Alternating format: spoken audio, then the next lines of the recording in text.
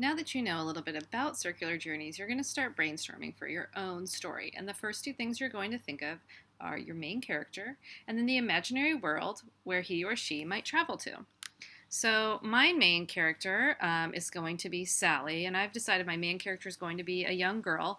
But you could have your main character for the story be an animal, maybe a narwhal if you wish, or a dragon, or something like that. It's up to you. Maybe a big ogre. I don't know.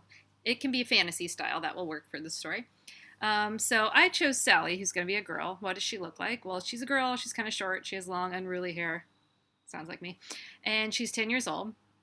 She lives in a small town outside of Portland.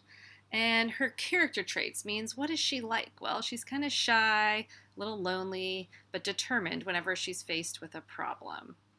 But what are some of her character flaws? Well, Sally, in my story, she has this problem where she doesn't speak up for herself and she's not very good at making friends. So she's shy, but she kind of wishes that she had more friends.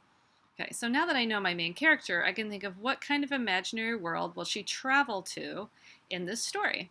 And I decided she's going to travel to some kind of desert island in the middle of nowhere. She just kind of shows up there by accident. And it's surrounded by the ocean. There's palm trees, clear skies, sand everywhere. And at first she thinks she's alone, but then she finds some other kids who've also been transported to the island. And then what kind of problem might she face? I want a problem that will help her with her own issues. So the problem is that she's going to have to work together with these other kids to slay a dragon that's blocking their way back to their own real lives. So she's going to have to kind of get over her shyness. So then I'm using a character trait. She's going to have to get over her loneliness and learn how to make friends. And she's going to be helpful in this problem because she's always determined.